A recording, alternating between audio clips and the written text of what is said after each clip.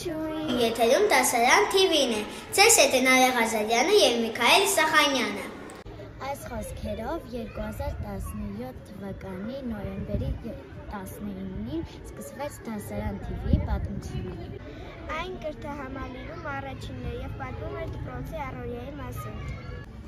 Այդ տարի 3-րդ դասարանի սովորողները որոշեցին պատմել ու տարածել իրենց սիրելի դպրոցի մասին։ Երկու դասարան միացել էին իրար եւ որոշել էին TV վարել։ Երկար մտածելուց հետո հաղորդման անունը որոշեցին դնել դասարան TV։